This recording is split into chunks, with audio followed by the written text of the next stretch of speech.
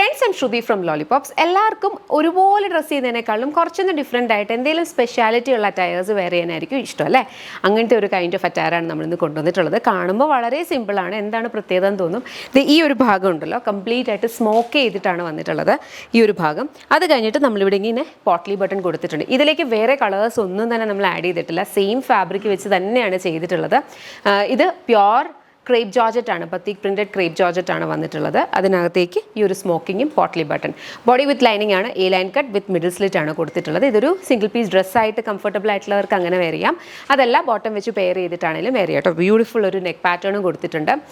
ഇതിൻ്റെ പ്രൈസ് വന്നിരിക്കുന്നതെന്ന് പറഞ്ഞു കഴിഞ്ഞാൽ 999 ആണ്, 999.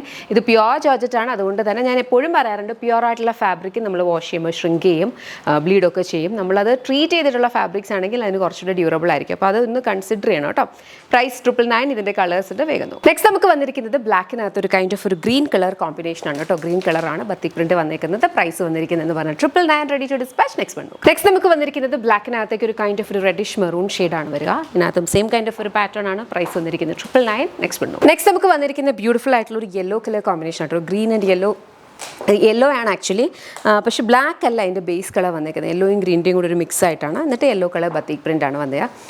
Completely potli button and smocking ഇവിടെ കൊടുത്തിട്ടുണ്ട്. പ്രൈസ് വന്നത് 999, ready to dispatch. Last one ആണ്. ഇതും ബ്ലാക്കിനകത്തേക്ക് മെറൂൺ ഷെയ്ഡാണ്, പക്ഷേ വളരെ ഫെയ്ഡ് ആയിട്ടാണ് കേട്ടോ. വളരെ ചെറുതായിട്ട് മാത്രം ആ ഒരു ബത്തീക് പ്രിൻ്റ് കാണുന്ന രീതിയിൽ ഉള്ള ഒരു പ്രിൻ്റാണ് ഇതിനകത്ത് വന്നേക്കുന്നത്. ഫെയ്ഡായിട്ട് വരുന്ന മെറൂൺ.